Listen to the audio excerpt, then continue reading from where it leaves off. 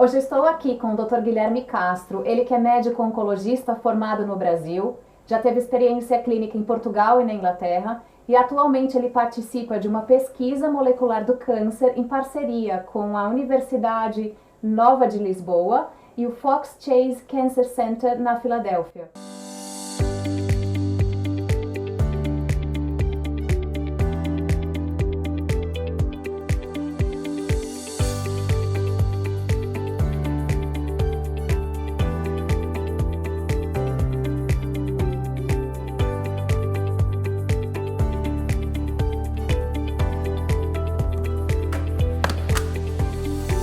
Guilherme, seja muito bem-vindo, é um prazer enorme ter você no nosso programa. Muito obrigado, um prazer enorme estar aqui. Primeiramente, eu gostaria que você explicasse para quem nos está assistindo como que acontece esse crescimento desordenado das células que geram o câncer de mama. O câncer, de uma forma geral, é uma desordem estrutural da célula e o primeiro passo para que nós possamos a doença ser desenvolvida tem um fator que é mágico. As células se tornam imortais. Então, a imortalidade celular é que faz com que as células se produzem filhas, netas, bisnetas, tatanetas e vão crescendo. Isso faz uma tumefação, e que é uma dúvida que às vezes as pessoas têm, qual que é a diferença de um tumor e do câncer. Toda proliferação celular, ou seja, por bactérias, numa infecção, ou celular do próprio indivíduo, como no caso do câncer, ou mesmo uma verruga, uma virose, e que agride a pele e faz com que as células se desenvolvam de uma forma um pouco desordenada, isso se transforma numa tumefação, que é um tumor. Então, o primeiro passo da desordem celular é a imortalização da célula. Então a célula se torna imortal, ela se reproduz em uma velocidade acelerada e a partir disso você pode dizer que tem alguma desordem celular. Para você definir isso como câncer, há necessidade de que essa desordem ela atinja um outro processo, que é a capacidade de entrar pelos vasos sanguíneos e fazer metástase. Então, às vezes, um tumor que ele não tenha a capacidade de se metastizar, ele não pode ser considerado câncer. Nós temos, por exemplo, tumores de útero, como miomas ou alguns outros teratomas de ovário, onde o tumor cresce de uma forma exponencial e, mesmo assim, não é considerado câncer, porque esses tumores não têm a capacidade de penetrar nos vasos sanguíneos e avançar por outro órgão. Por exemplo, o câncer de mama, ele não mata a mulher na mama. Se o tumor se desenvolvesse na mama de uma velocidade e criasse uma tumefação gigantesca, ele não mataria a mulher. O que mata é a sua metástase. A doença sai da mama e vai atingir órgãos nobres, como o fígado, o cérebro, os ossos, pulmão. Então, a metástase é que caracteriza, na verdade, o câncer de uma forma geral. Muito bem, certo, Guilherme. Então, você disse que essa tumefação desencadeada pelo desequilíbrio das células acaba gerando o tumor. Sim. Existe uma causa? A medicina já consegue nos falar? Já existe uma resposta clara para isso ou ainda não? O câncer, dependendo do órgão e do tipo histológico, ele pode ser de um fator exclusivo ou multifatorial. Então, por exemplo, você tem alguns tumores, alguns tipos de cânceres que têm um fator exógeno, um fator externo que é causal. No caso, câncer de pulmão vinculado ao cigarro, câncer de estômago vinculado a uma bactéria, o Helicobacter pylori, que está dentro do estômago. Câncer do colo de útero vinculado a vírus. Então, HPV. Então, esses fatores causais, eles são muito fortes no desenvolvimento de alguns tumores. Sim. Dois tipos de tumores que não têm um agente causal bem definido, que é o câncer de mama e o câncer de próstata. Então, mas nós temos hoje alguns fatores que que podem estar envolvidos na carcinogênese, né, no desenvolvimento da doença. Sim, eu acredito também que seja uma doença multifatorial, que ela leva muito em conjunto o seu hábito de vida, se você faz ou não exercício, se você tem algum vício como o tabagismo, o alcoolismo, isso tudo está envolvido também, né? Sim. Sob o ponto de vista genético, as doenças elas podem ser monogênicas ou poligênicas. No caso do câncer de mama, os tumores malignos de mama monogênicos, eles têm somente um ou dois tipos de mutações gigantes. Então, são mutações em genes inteiros. Quando nós falamos de genética, nós vamos imaginar um DNA de um indivíduo sequenciado, entendeu? E se pegar aqueles cromossomos, que são aqueles Hzinhos que tem dentro do núcleo da célula, e separar todos eles, desenrolar eles todos, porque são um novelo de lã, aquilo ali, na verdade, que tem aquele formato de H, dos cromossomos, é um novelo de cadeias de genes. E se colocar isso, tem em torno de 1,5 m a 2 metros em cada célula. Então é uma coisa assim gigantesca. Quando você... exatamente. Então quando você tem uma mutação, aqueles tumores que são monogênicos, de um gene somente, que é o causador, como o BRCA1, BRCA2, P53, como a doença da famosa Angelina Jolie, que ela tirou as mamas, porque ela percebeu, ela fez um teste e descobriu que ela tinha uma mutação nesse BRCA1 e nesse BRCA2. Certo. Então, nesses casos, apesar de serem tumores um pouco mais agressivos, e eles não estão somente vinculados à mama, eles estão vinculados a outros tumores de pâncreas, a tumor de ovário, a tumor de peritônio, que a Hebe Camargo, foi a doença dela, foi também mutações genéticas compatíveis com esses genes mutados. Mas só que na mama, somente 5% dos tumores com esses genes identificados são causadores do câncer de mama. Os outros 95% são poligênicos, então são vários genes que eles se comunicam entre si e que tem que ter uma razão para poder desenvolver. E os fatores externos, quer dizer, as doenças poligênicas, elas têm que ter fatores externos associados. Tabagismo, obesidade, sedentarismo. Se o seu estilo de vida fosse uma chave que fosse lá e ligasse essa alteração genética. É mais ou menos isso, entendeu? É tão complexo porque, vamos imaginar um acidente de carro, você ser atropelado numa faixa de pedestre por um carro, por um automóvel. Então, quais são os fatores externos, que seriam o tabagismo, a obesidade no câncer de mama?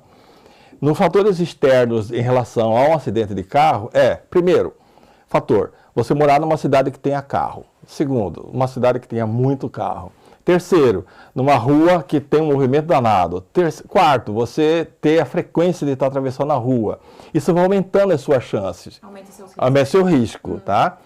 Mas aí tem os fatores internos, que são os genéticos, que você ter alguma dificuldade de locomoção, você é distraído, está tomando alguma medicação que está tirando você da razão, você está com algum problema de ordem social e que você está distraído, entendeu? Aí associa essas duas coisas, aí tem mais outro fator, que quem está no veículo está desatento também para poder se atropelar. Ninguém vai atropelar ninguém por vontade própria. É muito interessante, né? Então, vale a gente deixar aqui a dica e enfatizar que o fator externo, que é o que a gente consegue manipular, que é o nosso estilo de vida, a gente deve valorizar cada vez mais. A gente sabe, e a medicina está aí para nos provar que sim, o seu estilo de vida, a sua qualidade de vida influencia muito nas doenças que você tem a predisposição de desenvolver. Guilherme, eu sei que você fez uma pesquisa que foi muito interessante com indígenas brasileiras, não é? Isso. Como que foi? Conta pra nós qual foi o resultado da sua pesquisa, porque eu acredito que o estilo de vida que elas têm são muito diferentes das mulheres modernas, não é? Exato. Em 93, eu estava num congresso em São Paulo E eu vi um camarada falando, iniciou a palestra dele, falou, câncer de mama é uma doença universal, está presente em todas em todo o planeta, entendeu? Todos os povos desenvolvem câncer de mama. É uma doença que tem registro desde o Egito Antigo, há 3.500 anos já tem registro do câncer de mama. Só que nesse dia eu tive um insight, entendeu? Instalou uma coisa na minha cabeça, que eu tinha trabalhado durante 10 anos com índios em Mato Grosso. Eu sou de Cuiabá, nasci em Cuiabá e trabalhava lá, tinha um emprego público, onde eu fazia... Em Mato Grosso tem várias reservas indígenas, e essa reserva levava os índios para uma chácara ao lado de Cuiabá, e de lá eles vinham fazer os exames. E eu era o oncologista dessa população. E eu nunca vi câncer de mama nas Índias. Eu achei estranho aquilo. Nesse dia, aí eu comentei com esse colega, que é do Fox Chase Cancer Center, na Filadélfia, ele achou interessantíssimo. E fomos atrás disso, só que até que nós conseguíssemos ter recurso financeiro para poder produzir, que eu sabia que ia ser uma coisa gigantesca, nós íamos gastar uma fortuna naquele projeto. Fazer todas as autorizações do governo, e que nós conseguimos fazer a coleta em 2001, 2002, nós conseguimos coletar o material biológico, e hoje nós temos alguma coisa que é inovadora. Essas índias, elas têm esses genes, elas têm alguma coisa que é totalmente diferente da população em geral. Nós sabemos da intolerância à lactose, que era uma coisa que a ciência não sabia qual que era a razão da intolerância. E pensávamos que era um gene, também uma coisa gigantesca, que houve uma transformação, houve uma mutação, e ao contrário, todos nós somos intolerantes à lactose. Nós, seres humanos, nascemos intolerantes. Quando chega aos 2 anos de idade, você não consegue mais tomar leite. Só que há 1000 e poucos, uns 10 mil anos atrás, houve um grupo de pessoas que começou a desenvolver a tolerância. Então, a tolerância que é anormal e não a intolerância que é o normal. Muito interessante. E aí, isso foi, e não era um gene, era um polimorfismo. Quando nós falamos em mutação, nós estamos falando em doença. Mutação promove doença. Polimorfismo não promove doença. Polimorfismo é uma coisa que não causa nenhum dano. E é um polimorfismo de um nucleotídeo único. Então, aqueles nucleotídeos, adenina, guanina, citosina, timina, aquelas relações, T com A, C com G, isso aí, um pontinho está errado, uma citosina ligada a uma adenina, isso é o suficiente para criar, e essas índias têm um polimorfismo que é fantástico, e é o que nós estamos agora, que foi publicado na Nature, nós conseguimos publicar isso agora em janeiro, e estamos prontos para desenvolver outro passo do negócio. Muito bem, parabéns. Agora sim, falando um pouquinho da sua prática clínica. Uhum. Lá no Brasil, a gente sabe que os pacientes eles procuram diretamente um especialista, o que não acontece muito no Reino Unido, pelo método como é feito a medicina aqui. Sim. Como você vê essa diferença? Porque, na verdade, eu acredito que, assim, que a medicina no Reino Unido e nos países europeus, não nos Estados Unidos. Os Estados Unidos é totalmente fora, porque é uma medicina privada, né? Não existe medicina pública. Mas onde tem medicina pública, como no caso do Brasil, eu acho que existe um investimento exagerado e um gasto desnecessário em exames laboratoriais. Nós sabemos que no Brasil qualquer coisa é ultrassom, qualquer coisa é exame não sei o quê, qualquer coisa é tomografia, ressonância magnética. Existe uma ressonância magnética em cada esquina. Cidades como Cuiabá, que tem 600 mil habitantes, deve ter mais de 50 ressonâncias magnéticas, uma em cada esquina. Isso não existe. Isso não existe aqui no Reino Unido. Não existe. Então, nós sabemos, pela minha experiência, que eu tive um período no Imperial College com um grupo de pesquisadores lá, conversando sobre esse projeto das Índias, e lá nós percebemos que a medicina no nível quaternário, que é a alta complexidade, câncer, renal crônico, cirurgias cardíacas, elas são extremamente resolutíveis. E a parte básica, a medicina básica é menos resolutiva. As pessoas questionam que o médico do GP, General Practitioner aqui, ele atende só a prescrição de aspirina, tem uma lenda urbana disso. Mas isso tem uma razão de ser, entendeu? Você Sim. reservar os seus recursos para as patologias complexas, né? Por exemplo, no Brasil, os seus pacientes, eles já chegavam com diagnóstico de câncer de mama ou você que fazia o diagnóstico de câncer de mama? Não, já chegava com câncer de mama, já chegava. O médico na ponta fazia o diagnóstico e encaminhava, entendeu?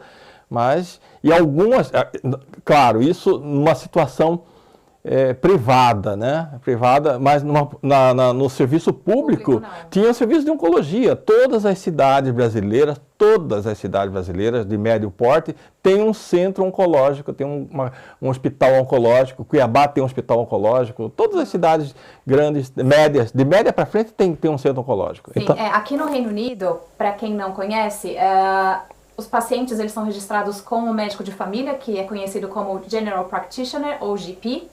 Então, essa pessoa, essa mulher que tem uma suspeita de um câncer de mama, o seu médico de família vai encaminhar ela para um atendimento especializado pelo hospital. Então, pode ser diretamente pelo mastologista ou então pelo oncologista. Geralmente, a porta de entrada vai ser pela mastologia.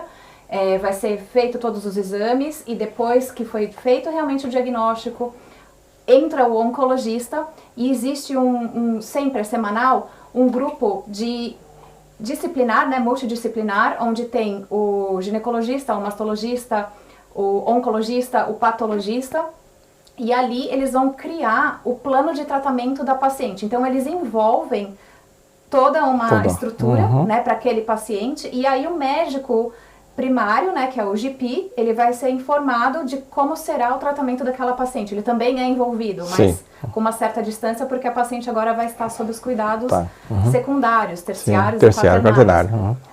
Uma coisa importante e diferente do Brasil que eu vejo aqui é quando existe essa suspeita, o médico tem que encaminhar esse paciente para o hospital. E esse paciente ele vai ser visto em até 2 semanas. Sim. Existe essa regra, né, de ser avaliado em até 2 semanas. Então a gente fica sempre naquela, o que é melhor, ter um tratamento ou uma prevenção, ou fazer aquela medicina que já é mais curativa a partir do momento que a gente tem o diagnóstico? Você falou uma palavra mágica, que é prevenção. O câncer, de uma forma geral, reduziu muito a mortalidade no mundo todo. Mas foi mais por um evento que foi a AIDS. A partir da AIDS foi possível falar sobre uma série de coisas que eram tabus. A sexualidade, você comprar uma camisinha dentro de uma farmácia, era um tabu. Hoje não, está em supermercado, nas gôndolas, as crianças entendem do processo. Então, com isso também a oncologia se aproveitou e foi possível falar sobre câncer. Eu sou de um tempo, a minha formação oncológica, você não falava diretamente para o doente, não havia uma conversa franca com o paciente. E a partir do momento que se começou a falar francamente sobre câncer, é uma palavra que é forte, mas tem que falar.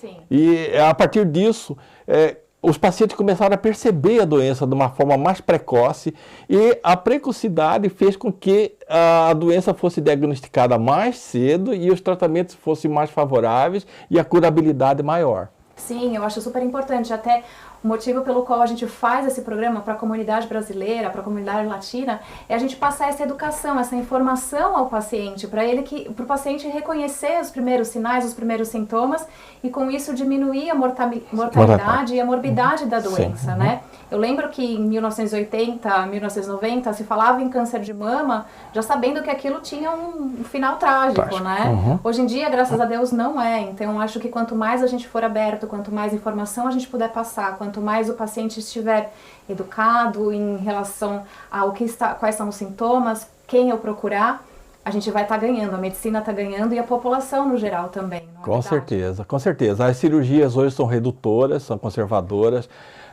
Tumores pequenos, de 2 centímetros até 2 centímetros, dependendo do volume mamário, você consegue fazer cirurgias redutoras, cirurgias curativas, e redutoras. Você tira somente um segmento da mama. E os gânglios axilares, hoje nós temos como fazer um rastreamento do gânglio que está mais possível de ser contaminado, porque cada gânglio, cada íngua que você tem dentro do braço, debaixo do braço, na axila, você tem um segmento do corpo que é responsável por aquela região. Então você tira aquele gânglio, tem como você rastrear isso com medicina nuclear, e a cirurgia é curativa. Eu já fiz cirurgias de câncer de mama curativas com anestesia local. O doente saiu de casa, a vizinha deve ter achado estranho, né? Falar, ó, essa aí estava com câncer de mama, saiu de casa para operar a mama e voltou para almoçar. Estranho, não foi operada, não deu certo, mas não, operou. Você fazia anestesia local, identificava o gânglio axilar, fazia a primeira retirada do gânglio, ia para o patologista identificou que não tinha contaminação no gânglio, aquela axila não era manipulada, e fazia somente um quadrante da mama com anestesia local, infiltrava com anestésico local, fazia uma sedação para o paciente ficar um pouco mais confortável, e pronto, terminava a cirurgia, acordava o paciente e ia para casa. Então isso é possível hoje, isso é possível. Sim. Para quem não entendeu, o que o Dr. Guilherme quis dizer é assim, quando a gente tem um câncer, em qualquer órgão que seja, esse órgão, ele tem comunicação com pequenos vasos. E esses pequenos vasos acabam levando aquela célula que está errada para o gânglio, que são filtros que a gente tem no nosso corpo. Então a gente tem esses gânglios no rosto, embaixo do pescoço, na clavícula, na axila, na região inguinal, atrás do joelho. Então, a partir do momento que essa célula errada vai para esse filtro do nosso corpo, ela pode espalhar e ela pode ir para outro órgão. Quando isso se espalha, é quando a gente chama de metástase. Sim. Né? Uhum. Então, é justamente isso. A gente tem que ter um diagnóstico precoce, um tratamento precoce, para evitar que isso... Na verdade, é a primeira barreira, né? A primeira barreira da doença, para a progressão da doença, ele vai, infiltra, e a primeira barreira de progressão são exatamente esses gânglios que estão ali para proteger. E se você vê que tem um gânglio, tanto que hoje todas as cirurgias, independente de qualquer órgão que seja operado, é importante a avaliação desses gânglios regionais, então em volta daquele tumor, do intestino, do estômago, de qualquer lugar onde vai, você tem que avaliar isso. Verdade. Agora, Guilherme, me fala uma coisa, em termos de investigação, a investigação ela é diferente aqui no Reino Unido com o que a gente sabe como é feito no Brasil. Por exemplo, no Brasil, a mamografia ela é solicitada a partir dos 40 anos, o que já não acontece aqui. Você poderia falar um pouquinho dessas diferenças? Sim. De uma forma geral, o câncer de mama, aquele poligênico, que corresponde a 95% dos casos e que é onde o serviço público, quer dizer, como o tratamento, de uma forma geral, é o mais preocupante, ele acontece a partir dos 40 anos, a sua incidência é maior a partir dos 40 anos. O que acontece com essa idade dos 40 anos? É quando a mama feminina começa a ser substituída por tecido adiposo, gordura. Por isso que a mama de uma mulher idosa ela é pendente, porque o tecido glandular mamário ele desaparece e fica somente gordura. Então, a partir dos 40 anos, começa essa substituição. Então, é o momento de você começar a fazer um rastreamento para ver se você consegue identificar melhor o tumor dentro da mama. Por quê? Uma mama muito densa, uma mama jovem, de uma mulher de 20, 25 anos, ela é tão densa, tão cheia de tecido glandular, que é impossível você identificar alguma alteração que possa ser... Porque para chegar a ter 1 centímetro de diâmetro, esse tumor tem pelo menos uns 4 anos, 5 anos evoluindo. E numa mama densa não tem sentido você criar um programa de saúde pública, de rastreamento público, universal, com uma mama densa. Então, a partir dos 40 anos, essa substituição começa, o conflito celular entre tecido adiposo e tecido glandular mamário normal começa a ocorrer e a incidência aumenta. Sob o ponto de vista financeiro, isso é colocado numa balança, entendeu? Então, você fazer 10 mamografias, por exemplo, você fazer uma mamografia a cada ano, numa mulher dos 40 anos, sem nenhum histórico familiar, sem uma referência, uma mulher que tem uma saúde completa, uma mulher que exercita, não é obesa, não fuma, não usa álcool, o risco dela é muito baixo. Então, você direcionar recursos para fazer mamografia, e que às vezes, eu já vi centenas de mamografias, histórico de mamografia, a mulher está com 5, 6 mamografias e nenhuma identificou câncer de mama. Então, tem todos esses fatores que são colocados numa cesta para avaliação sob o ponto de vista financeiro, que é o que se usa aqui no Reino Unido, que eu acho que é correto, é de uma forma correta, porque você vai criar um programa de prevenção para mulheres com risco, algumas mulheres com risco, a partir de 50 anos de idade. Só que aqui aos 60 também se suspende, né? As mulheres não fazem mais. Por quê? Porque uma mulher com 60 anos de idade, ela tem a mama tão frágil, que ela vai conseguir perceber que tem alguma coisa errada ali. Então, também foge um pouco de desenvolver um programa com custo elevado, de fazer pesquisa de câncer de mama. E, com a coisa mais importante ainda, quanto mais idosa a mulher, menor a chance de morte, porque são tumores esporádicos, não são aqueles tumores que estão na fase dos 5% do BRCA1, BRCA2, da mutação genética, que são mais agressivos. São tumores mais fáceis de serem curados. Mesmo que a mulher tenha um tumor de 2 centímetros, 3 centímetros, a chance de cura dela é altíssima, entendeu? Então, não tem sentido ficar fazendo uma mamografia de uma mulher, desde que ela vá ao GP, tenha um médico que examine aquela mama e consiga identificar aquilo com facilidade. Desde que ela tem orientação de se orientação. Aqui a população tem uma instrução melhor que no Brasil, é muito mais fácil, né? A mulher percebe o que está acontecendo. As pessoas leem, as pessoas estudam, sim, né? Agora vamos trazer um pouquinho para o lado dos homens, que a gente sabe que pode acontecer o câncer de mama nos homens, porém não é tão falado como o câncer de mama nas mulheres. Não é tão falado porque de todos os cânceres de mama, numa população em geral, mulheres, somente 1% daqueles todos os tumores acontecem em homens. E na grande maioria por mutações genéticas, mutações grandes, BRCA1, BRCA2, P53, aqueles genes que são gigantes, né, fáceis de ser identificados. E não existe um programa de detecção de câncer de mama em homens. Não existe. Porque a mama o homem não tem mama, o homem tem um mamilo, entendeu? Às vezes tem um tecido adiposo, mas com musculatura, com mais adiposo, e um homem que percebe fácil. Em toda a minha vida de médico, como mastologista, eu vi 5 casos de câncer de mama em homens. Então, e são fáceis de ver, o cara começa a perceber que tem alguma coisa errada, tipo uma micose, e o homem vê uma micose, ele corre ao médico, e aí você vê ali, é um tumor, mas só vi 5 casos. Então é muito raro. É bom, porque é identificado numa fase inicial, muito precoce. Então fica aqui nossa dica, você homem também se toque, faça o autoexame, qualquer alteração na textura da pele, em cor, secreção, algum nódulo, vale a pena você falar com o seu médico, não é mesmo, doutor Guilherme? Isso, inclusive para as mulheres, é importante as mulheres terem esse conceito de que a mama feminina, ela deve ser tocada, porque a história da civilização humana, a mama era um tabu, né? Não, a mama deve ser tocada. Não tenha medo de fazer o autoexame, não tenha medo de fazer. E como fazer esse autoexame? A melhor forma, você vai pegar os folhetos que existem sobre autoexame, existem milhares de posições no chuveiro, de cabeça para baixo, deitado, entendeu? A melhor forma, sempre, as mulheres que ainda têm ciclo menstrual, a melhor forma é sempre logo após a menstruação. Por quê? O que acontece com a mama? Durante o ciclo menstrual, a mama está entumecida.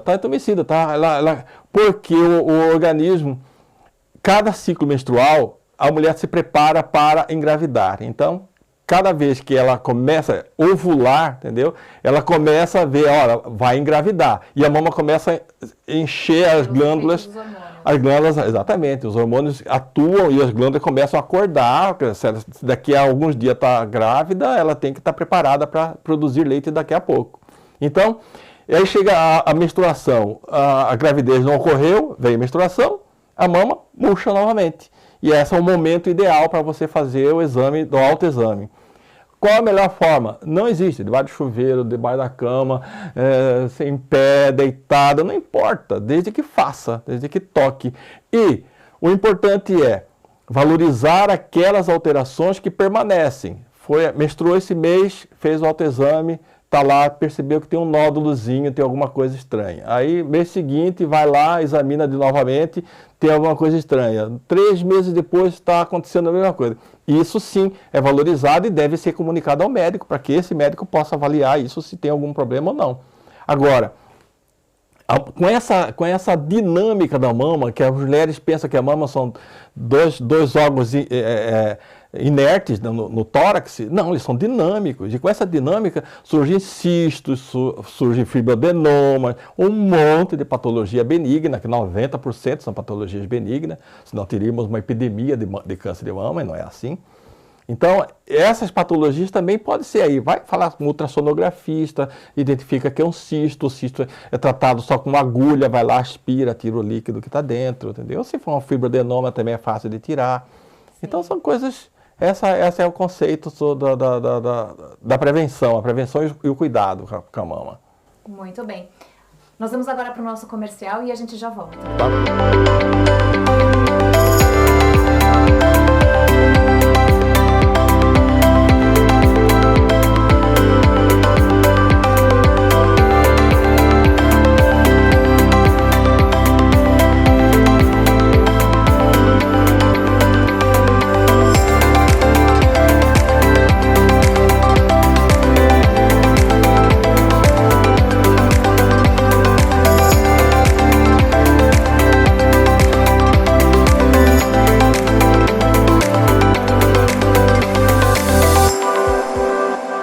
Nós estamos de volta aqui com o Dr. Guilherme, o nosso assunto de hoje é câncer de mama.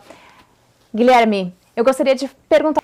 Estamos de volta aqui no programa Saúde e Bem-Estar com o Dr. Guilherme Castro, ele que é médico oncologista, e hoje a gente está falando sobre câncer de mama. Nós já discutimos quais são os sintomas, como é feita a investigação, e agora eu vou pedir para o Dr. Guilherme explicar para todos nós como é feito o tratamento do câncer de mama. Guilherme, eu gostaria de te perguntar, de forma assim mais resumida, porque eu sei que é bastante complexo o tratamento do câncer de mama, qual seria a primeira linha de tratamento? Todo câncer, a primeira coisa que se faz é cirurgia. Mesmo os cânceres que não têm estrutura tumoral sólida, não são os tumores sólidos, tipo leucemia, linfomas, há necessidade de fazer uma biópsia. Então, biópsia, primeira coisa é cirurgia, é cirúrgica. Então, o câncer de mama, ele pode ser biopsiado. A partir do momento que se tem o diagnóstico, você faz o estudo anatomopatológico, que vai para o patologista, ele olha, faz olhar isso no microscópio. Depois disso, confirmado, nós fazemos um estadiamento da doença, que é baseado num tripé, que é o tamanho do tumor, o tipo histológico do tumor, porque quando nós falamos do câncer de mama, nós não estamos falando de uma doença única, existem subtipos de câncer de mama, histológicos. Tem o câncer de mama que começa, por exemplo, no vaso sanguíneo da mama. Tem câncer de mama que começa na glândula mamária. Tem câncer de mama que começa na estrutura do canal, no ducto, entendeu? Então tem vários tumores que são identificados na mama. A partir do momento que você identifica isso, você tem esse tripé. O tipo histológico do tumor, o tamanho do tumor, a característica do tumor, os gânglios linfáticos, se eles estão comprometidos ou não, e mesmo com exames, o exame clínico, você palpa a axila, tem lá gânglios linfáticos claramente contaminados, e também as metástases. Então, tem uma série de exames, que é uma tomografia, uma ressonância magnética. Exames de imagem para complementar. Exatamente, complementando exatamente naqueles órgãos que são mais comumente afetados, né? Pulmão, fígado, cérebro, ossos. Então, tem exame específico para isso. A partir do momento que você identifica e classifica esse doente, esse caso, que cada caso é específico, e que é universal. Se você pegar um caso classificado com as siglas TNM, que é tumor, nódulo de N de linfonódulo e M de metástase, no mundo inteiro vai entender. Você pode mandar para o Brasil, na China, na África do Sul, aqui em Londres, o TNM é o mesmo. Então, a partir do momento que se classifica, aí você programa a cirurgia. Ou a quimioterapia, porque você pode fazer um tratamento. Se você tem um tumor que está já com metástase, é melhor você tratar a metástase com o tratamento clínico, com quimioterapia, para depois você pensar na cirurgia da mama. Agora, doutor Guilherme, explica para quem nos está assistindo quais são as diferenças entre quimioterapia e radioterapia. Quimioterapia é químico, é remédio, medicamentos, são remédios químicos, como o próprio nome diz. E radioterapia é um tratamento físico. Nem todos os pacientes são indicados para simultâneo tratamento de rádio e químio.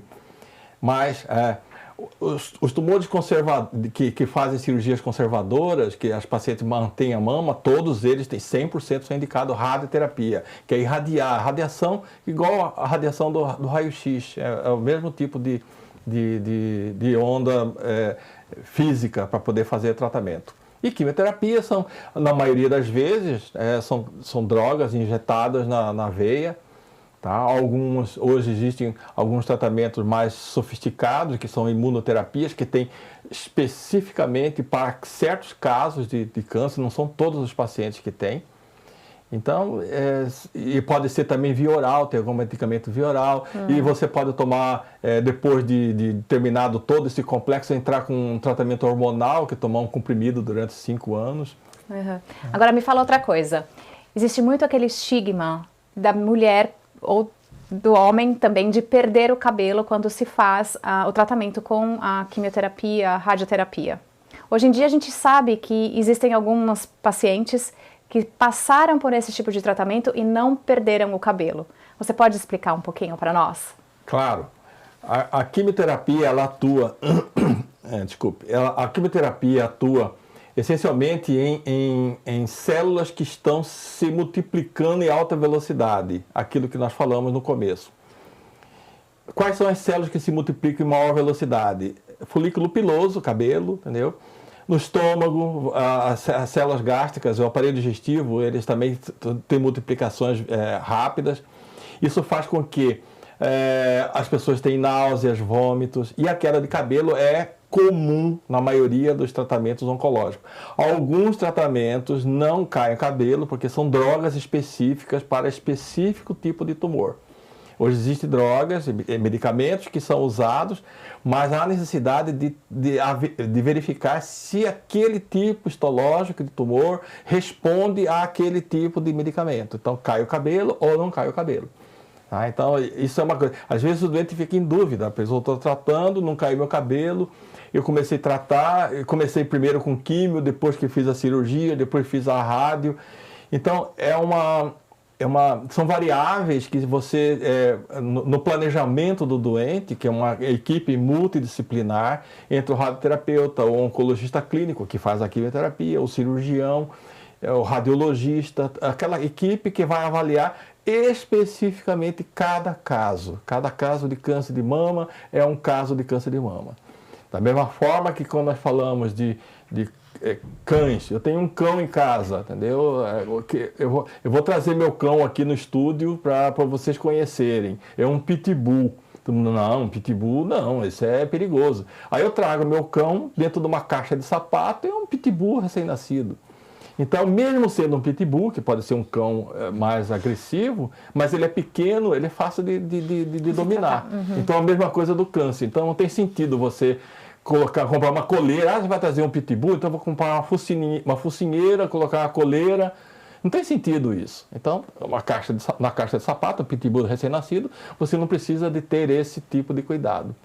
Então, não tem sentido você chegar e desmontar o paciente com tratamento com radioquímio, cirurgia radicais, como era no passado, né? Nós não conhecíamos direito o câncer de uma forma como nós conhecemos hoje. No passado, os tratamentos eram mais agressivos do que hoje em dia. Muito agressivos. Todos os pacientes perdiam a mama totalmente, era radical. Você mostrava, tem um camarada no começo do século XX, chamado Halsted, que ele foi o primeiro a descrever uma técnica cirúrgica curativa. Primeira vez que ele descreveu que um câncer de mama poderia ser curado com uma cirurgia. E a cirurgia consistia em retirar a mama, retirar a musculatura do peitoral, ficava na costela, era uma coisa assim dramática para a mulher. Isso já não acontece mais. Sim. Hoje em dia a gente tem a imunoterapia, que também é um avanço bastante importante na medicina quando se fala em tratamento de câncer. Exatamente. Hoje nós temos... são medicamentos que têm um foco específico para aquele tipo de célula que responde àquele tipo de tumor. Por exemplo, você quando faz a análise da célula, você vai ver que existe na parede celular demonstrações proteicas de que aquele tumor tem alguma alteração genética específica. Então, é como se fosse a imunoterapia fosse diretamente no alvo. Célula-alvo, exatamente. O tratamento em célula-alvo que você faz são os anticorpos monoclonais, né? Que você vai lá e atinge exatamente. Mas não são todos os pacientes que têm isso. Não são todos. É como você vai tratar um pitbull de uma caixa de sapato, você não precisa colocar imunoterapia. Tá? Agora, se tem um pitbull grande, talvez seja a necessidade disso. Tá? E você escalona o tratamento. Quer dizer, você começa o tratamento dessa forma, com quimioterapia básica, com o standard, no padrão, que é até usado há mais de 50, 60 anos, é o mesmo protocolo. E se a doença recorrer, quer dizer, daqui a 5, 6 anos a paciente apresentar alguma metástase ou apresentar alguma outra coisa, volta o tratamento com outros medicamentos, que aqueles que foram usados já não se usa mais, já usa novo protocolo. Então você tem que escalonar o tratamento de forma que você dê chance para o doente responder um tratamento no futuro, se houver necessidade. Agora, falando um pouquinho do tratamento cirúrgico. A gente sabe que logo após o tratamento cirúrgico é feita a reconstrução mamária. Sim. A reconstrução é uma novidade, né? Porque a grande maioria das reconstruções são feitas com musculatura da própria mulher. Então isso faz com que você tenha você tira a musculatura do dorso, das costas, entendeu? E faz um retalho em cima da mama, faz reconstruções fantásticas, até tatuagem para fazer a auréola, para fazer o mamilo. Tem umas coisas, umas técnicas de tirar a tampa do dedo do pé, entendeu? E reconstrói como um mamilo. Então fica perfeito. Tem técnicas cirúrgicas fantásticas. Ou prótese, colocar uma prótese. Quando você faz uma cirurgia conservadora, isto é, não tira a mama toda, mas a mulher tem um volume mamário maior do que a média, entendeu? Então você faz uma cirurgia conservadora, tirando metade da mama, aí você pode colocar uma prótese para poder equilibrar esteticamente simétrica, fica esteticamente simétrico. Muito bem. E agora falando um pouquinho do acompanhamento, como que é feito depois do tratamento, como que esse paciente vai fazer a evolução? É a cada 3 meses? É a cada 6 meses?